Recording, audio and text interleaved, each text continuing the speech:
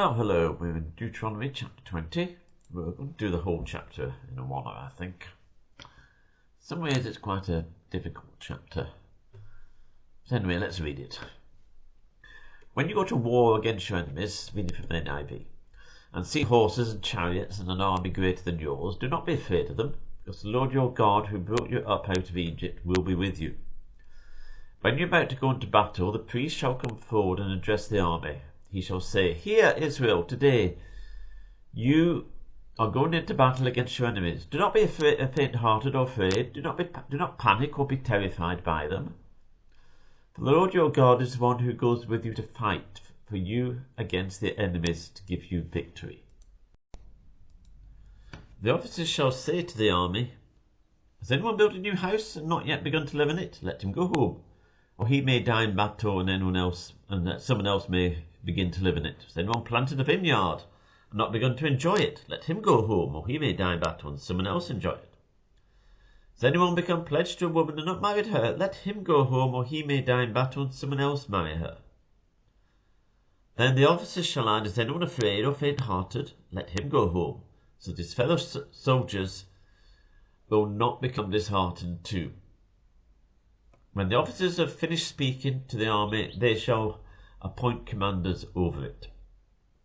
When you march up to attack a city, make its people an offer of peace. If they accept and open their gates, all the people in it shall be subject to forced labour and shall work for you. If they refuse to make peace and engage you in battle, lay siege to that city. When the Lord your God delivers it into your hands, put to the sword all the men in it. As for the women and children, livestock and everything else in the city, you may take these as plunder for yourselves, and you may use the plunder the Lord your God gives you from your enemies. This is how you are to treat all the cities that are at a distance from you and do not belong to the nations nearby. However, in the cities of the nations the Lord your God has given you as an inheritance, do not leave alive anything that breathes. Completely destroy them, the Hittites, Amorites, Canaanites, Perizzites, Hivites, and Jebusites, as the Lord has commanded you. Otherwise they will teach you to follow all the detestable things they do in worshipping their gods, and you will sin against the Lord your God. When you lay siege to a city for a long time, fighting against it to capture it, do not destroy its trees by putting an axe to them, because you can eat their fruit. Do not cut them down. Are the trees people that you should besiege them? However, you may cut down trees that you know are not fruit trees and use them to build your siege works until the city of war with you falls. Right, let's start with some more straightforward aspects of this. First of all, we don't fight physical wars as churches. We face battles individually and as churches. We want to see changes brought about in society. We want to see people come to know Jesus.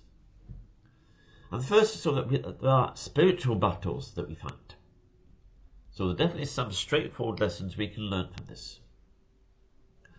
First of all, it says, don't be overwhelmed by the size of the enemy. If you see their enemies and horses and chariots and how numerous they are, don't be afraid, because the Lord your God will be with you. The Lord your God who brought you up out of Egypt, who rescued them, did a much greater act, rescuing them from Egypt and drowning the Egyptians in the Red Sea.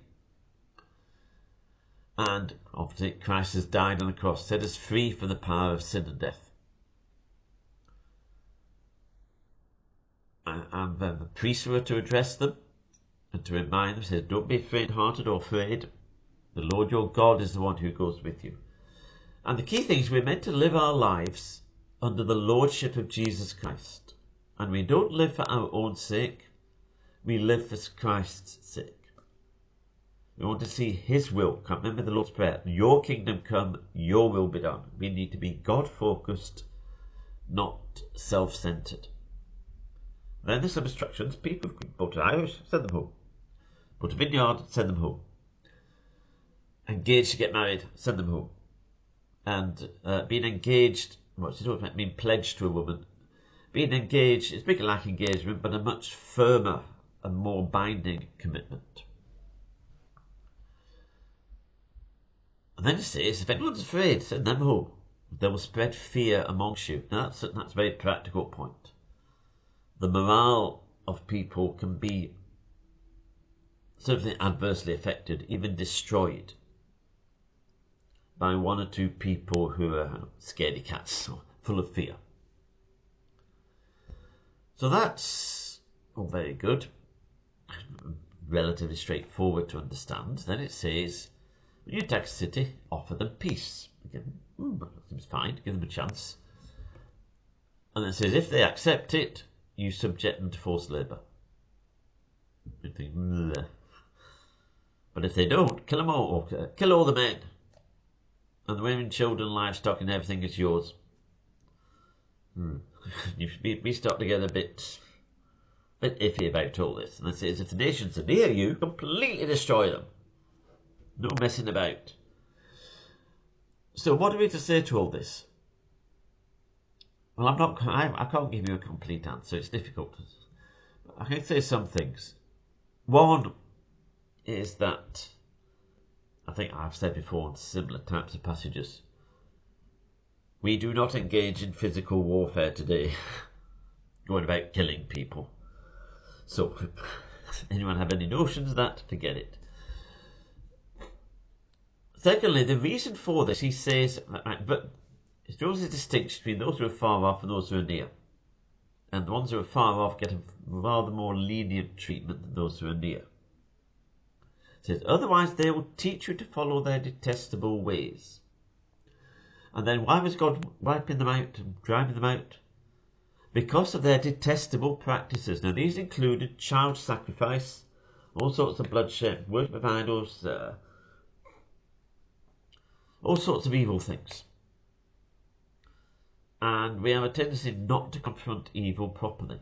So it wasn't done so much for the sake of Israel, it was God's judgment upon these peoples. Also we have a wishy-washy attitude to war. Now war should be... The vast majority of us have never been involved in a war, thankfully. Hopefully never will, and can't guarantee it. But war is absolutely horrific. It's absolutely terrible. And I mean, if you look at the Gaza situation, a lot of people, Israel's bombing Gaza, of course, and all sorts of things. It's war, they're human beings. Some things they do deliberate. They do some things deliberately wrong. But then you've got to look at it that it's Hamas's declared aim to wipe out the Jews. They don't get Israel's genocide. It's Hamas who is actually guilty of genocide. It's their declared aim in life. But they are a murderous bunch of thugs, bunch of terrorists. And they have embedded themselves within Gaza, within the people. They don't allow the people to go to all these tunnels they built. They deliberately put weapon sites and so on in the midst of the people.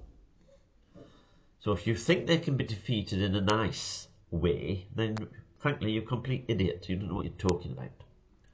Now that doesn't mean that Israel's policies are all correct. They almost certainly aren't. And even winning in their terms wouldn't do any good, is another matter. But the Bible is more honest about the harsh realities of life than we sometimes are. And then at the end of it, you've got this rather strange bit. It's to be a love for the trees. Great concern. You might think, well, I wish God would have more concern for the people than the trees. Saying there's a bit more to it than that. But anyway, I can't give you a complete understanding of all this because I don't have a complete understanding myself. But what I would say is don't just say, oh, God's horrible. Ignore it all. It's irrelevant. That's not a good way to go. Amen.